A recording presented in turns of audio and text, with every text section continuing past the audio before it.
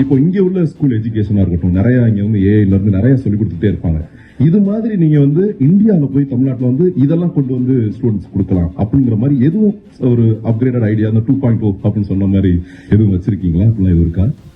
இல்லை, இப்போ நீங்கள் சொல்ல மாதிரி 2 years பிஃபோர் பார்த்தீங்கன்னா நம்ம மைக்ரோசாஃப்ட் ஹெட் குவார்ட்டர்ஸில் நேரடியாக போய் டீல்ஸ் அப்படிங்கிற ஒரு இதை வந்து அவங்க கூட நம்ம டைப் பண்ணுறதுக்கு நம்ம இனிஷியலாக ஒரு 1000 ஸ்கூலில் இருக்கக்கூடிய ஸ்டூடெண்ட்ஸுக்கு நாங்கள் வந்து டெக்னாலஜி ஓரியன்டாக மைக்ரோசாஃப்டில் ஒர்க் பண்ணுறவங்களே நேரடியாக என்ன மாதிரியான கரிக்குலம் ட்ரெயின் பண்ணிக்கலாம், அந்த சின்ன ஒரு கிளாஸஸ் மாதிரி நம்ம எடுத்துகிட்டு இருந்தோம்.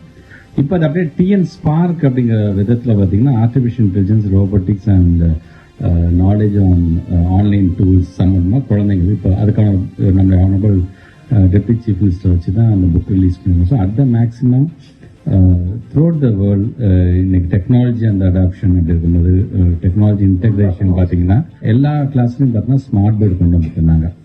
ஸோ பிளாக் போர்டு அவசியம் தான், சாக் பீஸ் அவசியம் தான், டீச்சர்ஸ் அவசியம் தான். என்னதான் என்ன டெக்னாலஜி இருந்தாலும் ஒரு டீச்சருக்கு நின்று பாடம் நடத்துகிற மாதிரி வேறு எதுவும் வந்துடுது. பட் அப்பார்ட் ஃப்ரம் த டெக்னாலஜின்னு வரும்போது அந்த குழந்தைங்க எல்லாம் ஈஸியாக போய் அது அந்த பாடத்தை நம்ம சொல்லி தரலாம். இன்னைக்கு வேர்ல்டில் வந்து நீங்கள் என்ன புது ஒரு நியூஸ் வருது அப்படின்னாலும் நான் ரொம்ப தைரியமாக சொல்லுவேன், நம்முடைய தமிழ்நாட்டில் வித்தின் அ வீக் கிராமப்பகுதியில் இருக்கின்ற அங்கே இருக்கின்ற எலிமெண்ட்ரி ஸ்கூல் பசங்க வரைக்கும் உலகத்தில் என்ன நடக்குதுன்னு 1 வீக்கில் தெரிஞ்சுக்கிற அளவுக்கு டெக்னாலஜி ஃபுல்லாக நம்ம வந்து நம்ம கொண்டு வந்துட்டோம் எல்லா ஸ்கூல்ஸ்லையுமே நம்ம இதில். ஸோ டெக்னாலஜி வைஸ் தான் என்னமேட்டு நம்ம வந்து பேச போனால் இப்போ நீங்கள் சொல்லும் போது என்னென்னலாம் உலகத்தில் அப்டேட் ஆகிட்டோ இருக்குதோ அது எல்லாத்தையும் இங்கே கொண்டு வர வேண்டியது ஆசை. But it will take some time. திடீர்னு நாளைக்கே பார்த்தீங்கன்னா அது அப்படியே வந்துடாது அது இல்லையா? Like we are the politician, we are not a magician. அந்த நாளைக்கு அப்படிங்கிறத வந்து எப்படி செதுக்கலாம் அப்படிங்கும்போது தான் அவனோட சீஃப் மினிஸ்டர் இன்னைக்கு இருக்கிற டெக்னாலஜி இந்த 70 வகையான திட்டத்தில் கொஞ்சம் கொஞ்சமாக செதுக்கி கொண்டு வந்துட்டோம்.